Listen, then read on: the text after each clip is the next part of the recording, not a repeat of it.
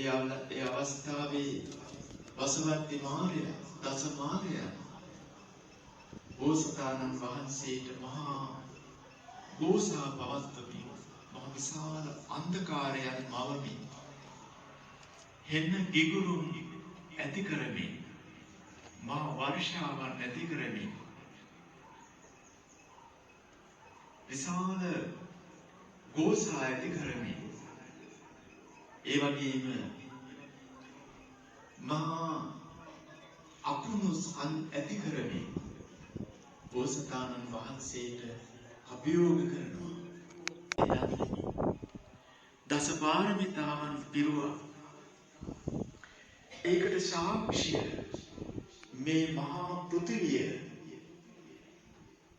ලබා දෙනවා කියලා බෝසතාණන් වහන්සේ තමන්ගේ දකුණු අත මම සාරාංශක කල්පලක්ෂය මේ බුදු බව කතාගෙන සිදු කළ පාරමිතාවන්.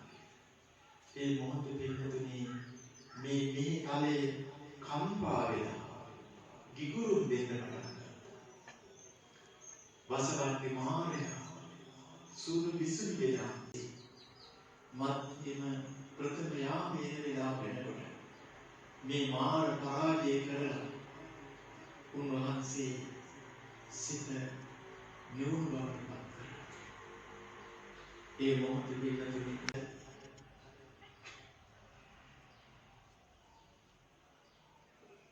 සීසාන අවස්ථාවේ උන්වහන්සේ පුරුදු කරන ආනාපාන සතිය උන්වහන්සේ නැවත ඥානාපාන සතිය දක්වා උන්වහන්සේ ධ්‍යාන tattya දියුණු කළා.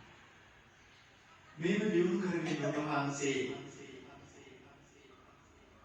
ප්‍රථම යාමේ වෙනකොට පුබ්බේ නිවාසානුස්සති ඥානෙ පහළ වෙනවා. තමන් වහන්සේගේ පෙර ආත්ම උන්වහන්සේ බලන්න ගත්තා. කෝටි ගණන් ආත්ම පෙර දහම් බලන්න ගියා. බලන් යනකොට උන්වහන්සේට පේනවා හැම තැනකම තියෙන උපදිව්‍ය ආත්ම, තිරිසන් ආත්ම, මේ හැම ආත්ම භාවයකම ජාතියක් තියෙන, ජරාවක් තියෙන විදියට. උන්වහන්සේ තමන් වහන්සේ සසර පුරාවට මේ ඉපදි මෙරි මෙරි දකින්න ගත්තා.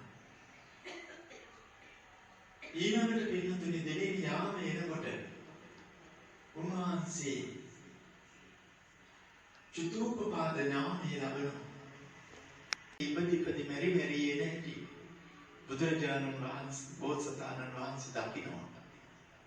මේ චතුප්පපාද ඥානය ලැබෙනවා.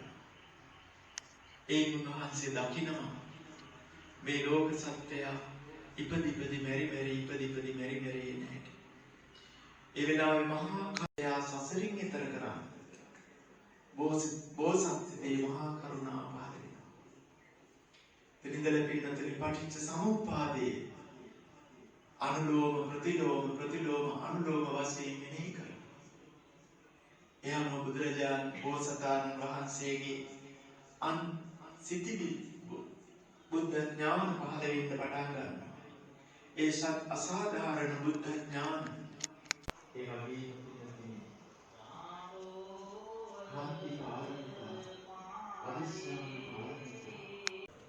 බෝසතාණන් වහන්සේ අවසන් ආත්ම භාවයේ වෙස්සන්තර ආත්ම භාවයේ